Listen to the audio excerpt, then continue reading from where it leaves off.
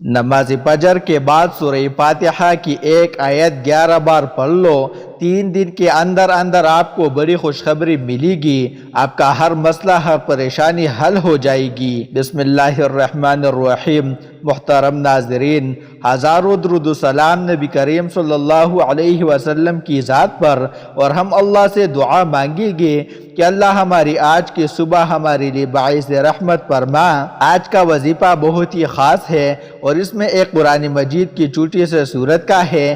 آج کی اس ویڈیو میں ہم جو عمل آپ کو بتائیں گے، یہ خاص وظیفہ قرآن پاک کی ایک چھوٹی سے سورت کی ایک آیت پر مشتمل ہے، اور آپ نے اس عمل کو لازمی کرنا ہے۔ انشاءاللہ تعالی اس عمل کو کرنے سے آپ کے پاس اتنا پیسہ، اتنا مال و دولت آ جائے گا۔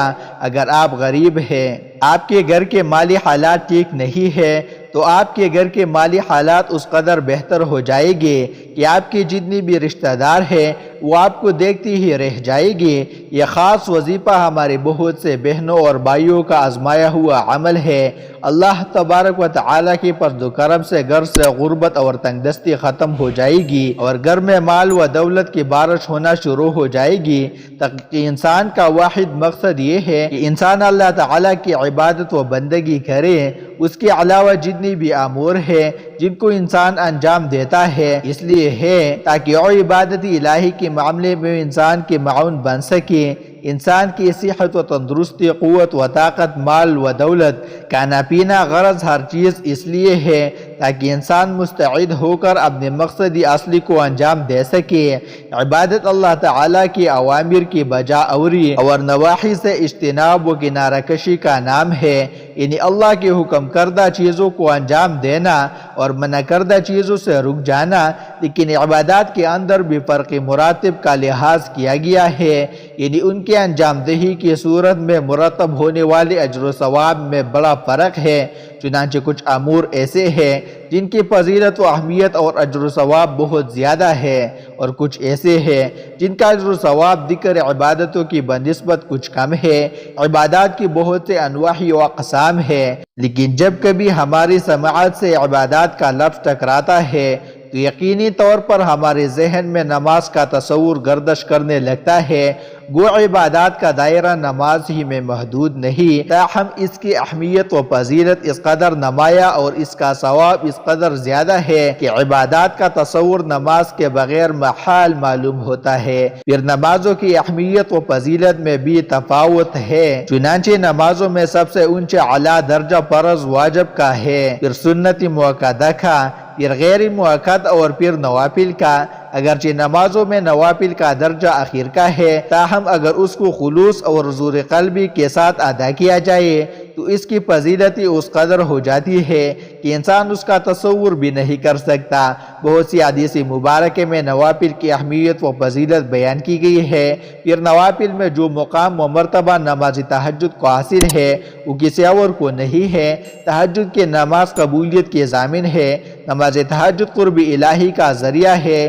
یہ نماز خوشنودی رب کا باعث ہے، اس سے حسنات میں اضافہ ہوتا ہے، سیئات معاف ہوتے ہیں اور درجات بلند ہوتے ہیں۔ نماز تہجد سے محبت الہی کا حصول ہوتا ہے۔ یہی وجہ ہے کہ اس کی توفیق انہی چند افراد کے دامن میں آتی ہے جو اللہ کے لاڈلے ہو، جن کا دل محبت الہی سے لبریز اور باطن تقوی و طہارت کے نور سے منور ہو۔ اور یہ یقینی بات ہے کہ شب کی محیط تاریکی میں جب پوری دنیا آغوش خواب میں محوی استراحت ہو، ہر سناٹا ہو اور فضائے خاموش ہو، ایسے وقت میں نیند کی مٹاس کو قربان کر کے نرم و گزار اور آرام کردہ بستر سے اٹھ کر سخت سردی کے عالم میں وضو کر کے حضور الہی میں سر بسجدہ ہو کر رب سے سرگوشیاں کرنے والا رب کا لاڈلا اور پیارا نہ ہوگا تو کون ہوگا؟ اس لیے تہجد میں مانگی جانے والی دعائیں ضرور قبول ہوتی ہے۔ اس حقیقت سے کوئی انسان انکار نہیں کر سکتا کہ دنیا میں ہر امیر، غریب، نیک و بد کو قانون قدرت کے تحت دکھوں، غموں اور پریشانیوں سے کسی نہ کسی شکل میں ضرور واسطہ پلتا ہے۔ اس کا سبب یہ ہے کہ دنیا دارالعمر اور امتحان گاہ ہے۔ انسان یہاں آزمائش کے لیے بھیجا گیا ہے، اسے آزادی سے نیکی اور بدی کرنے کی قوت دی گئی ہے، جیسے بروئی کار لا کر وہ نیکی کی صورت میں اجر و ثواب اور نافرمانی کی صورت میں عذاب و سزا کا مستحق ٹھہراتا ہے۔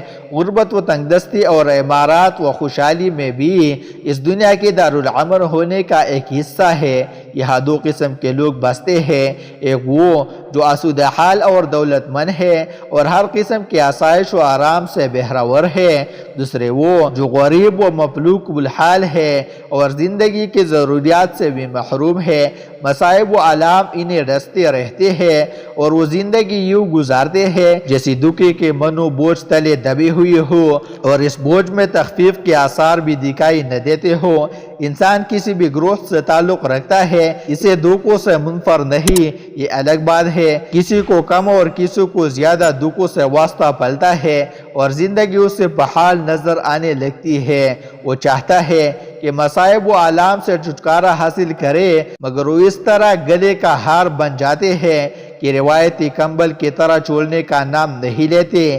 گلے کا ہار بننے والی ان دکھوں کا کوئی سر پیر نہیں ہوتا، کسی بھی پہلو سے وہ زندگی کے لیے عذاب بن سکتے ہیں۔ مسلسل ناکامیاں اور حوصلہ شکن محرومیاں انہیں جنم دیتی ہے اور غم کے اندھیرے غاروں میں جا گراتی ہے۔ اقتصادی بدحالی، معاشرتی ناہمواری، عدم مساوات، ظلم و ستم، ناانصافی اور ریاستی جبر بھی اس کے اسباب میں سے ہے، جس سے انسان کا ذہنی توازن بگڑ جاتا ہے اور جسمانی قوت اس طرح متاثر ہوتی ہے کہ وہ صدیوں کا بیمار نظر آنے لگتا ہے۔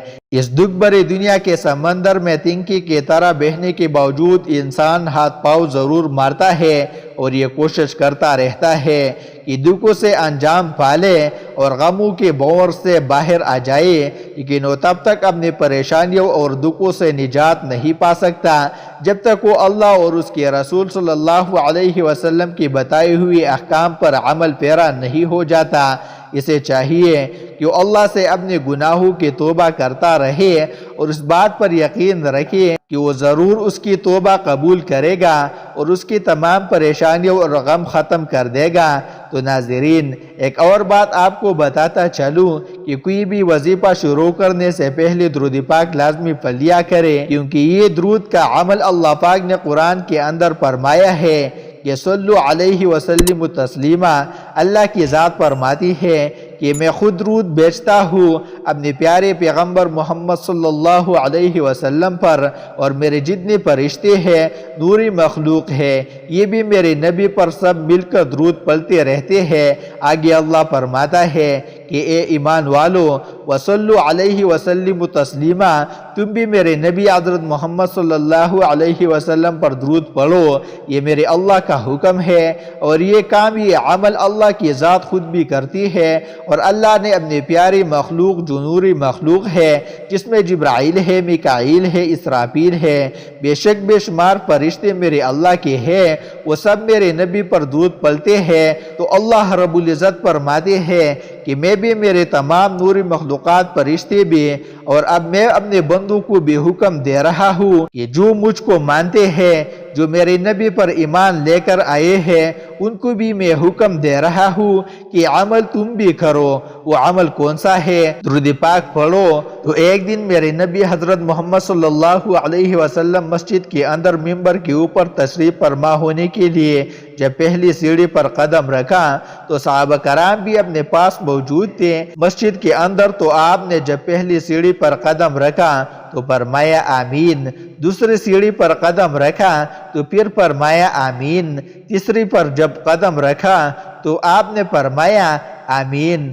تو صحابہ کرام یہ منظر دیکھ رہے تھے، تو جب انہوں نے دیکھا کہ آپ آمین کہہ رہے ہیں، اس کا مطلب ہے کہ کوئی دعا مانگ رہا ہے یا کوئی عمل کر رہا ہے۔ اس پر حضرت محمد صلی اللہ علیہ وسلم آمین کہہ رہے ہیں، اس کا مطلب ہے کہ کوئی دعا مانگ رہا ہے۔ تو صحابہ کرام نے عرض کیا، یا رسول اللہ صلی اللہ علیہ وسلم، آپ نے 3 دفعہ آمین کہا ہے، اس کا راز تو بتا دیجئے۔ تو میرے نبی نے فرمایا کہ ابھی جبرائیل امین فرشتہ آیا تھا، اللہ کی نوری مخلوق ہے، اور وہ پیغام لے کر آیا ہے کہ جس بندے کی زندگی میں اس کے والدین بڑھاپے کی حالت میں ہو اور وہ ان کی خدمت نہ کر سکے، وہ ہلاک ہو جائے۔ تو میں نے اس کے اوپر آمین کہا ہے۔ تو ایک آمین کا مقصد یہ ہوا۔ دوسرے نمبر پر میں نے آمین اس لیے کہا کہ جس بندے کے سامنے حضرت محمد صلی اللہ علیہ وسلم اپنا فرماتے ہیں کہ میرا نام آئے، محمد کا نام آئے اور وہ درود نہ بھیجے، وہ بھی ہلاک ہو جائے، تو میرے نبی نے فرمایا کہ میں نے اس کے اوپر بھی آمین کہا ہے۔ اور تیسرے نمبر پر آمین کی وجہ کہ کسی بندے کی زندگی میں ماہ رمضان، یہ جو رمضان المبارک کا مقدس مہینہ ہے، جس بندی کی زندگی میں وہ آئے اور وہ اپنی بخشش نہ کروا سکے، وہ بھی ہلاک ہو جائے، تو میں نے فرمایا آمین۔ دیکھو نہ کتنی سخت وعید ہے، اللہ کا حکم ہے، اور اللہ کے حکم کو لے کر آنے والا سارے فرشتوں کا سردار فرشتہ حضرت جبرائیل امین ہے۔ وہ جس ہستی کے پاس وہ فرشتہ آتا ہے وہ سارے نبیوں کا امام ہے۔ اب میرے نبی آمین کہہ رہے ہیں، اللہ کا حکم ہے، جبرائیل امین لے کر آنے والا ہے، اب یہ بتاؤ کہ اس کے اندر کوئی شک ہے؟ اور میرے بھائی، میرے نبی پر درود پڑھنا عین عبادت ہے۔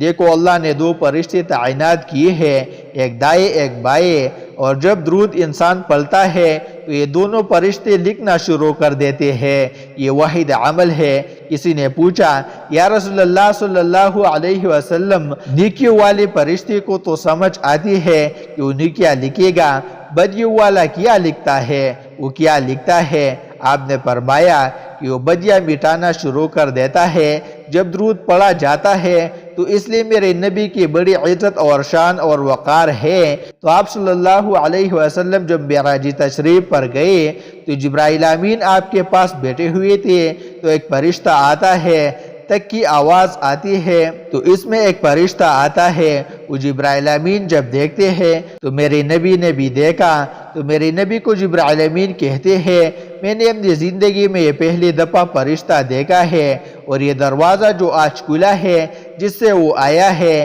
میں نے یہ بھی اپنی زندگی میں پہلی دفعہ دیکھا۔ دیکھو کتنے سو سال پہلے اللہ نے نوری مخلوق بنائی تھی۔ سب سے پہلے یہ نوری مخلوق تھی، اس کے بعد انسان کو بنایا گیا۔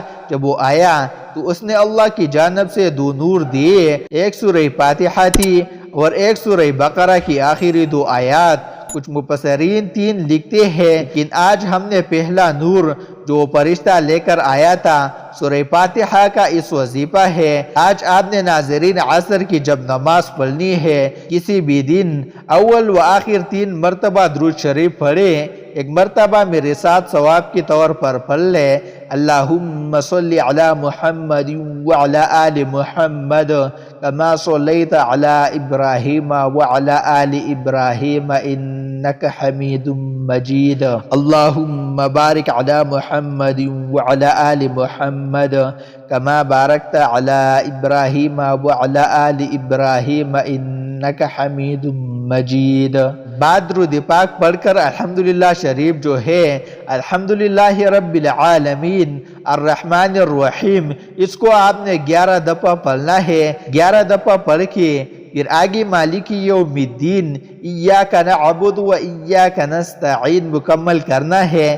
اسی طریقے سے صرف 3 مرتبہ مطلب 11 دفعہ پڑھ کر پھر 11 مرتبہ پھر 11 مرتبہ آپ نے پڑھنا ہے۔ اسی طرح یہ 33 مرتبہ بن جائے گا۔ جب یہ 33 بار ہو جائے گا تو باقی سورہ فاتحہ 3 بار ہو جائے گی۔ اور جب آپ یہ عمل کریں گے، اول و آخر 3 بار درود شریف پڑھ کے ساتھ پھر اللہ سے دعا مانگے، یہ ایسا وظیفہ ہے آپ کی کوئی دعا بھی رد نہیں ہوگی۔ یہ انتہائی طاقتور اور آزمودہ وظیفہ ہے، ڈال دو، یہ بہت ہی مجرب وظیفہ ہے۔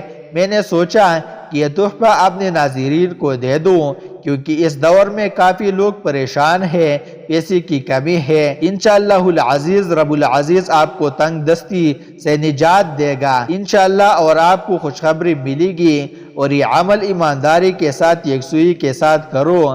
ناظرین، گزارش ہے کہ اللہ تعالیٰ کے 99 ناموں میں سے کوئی ایک نام کمنٹ میں ضرور شیئر کرے۔ اللہ ہم سب کا حامی و ناصر ہو، آمین ثم آمین برحمتک یا ارحم الراحمین۔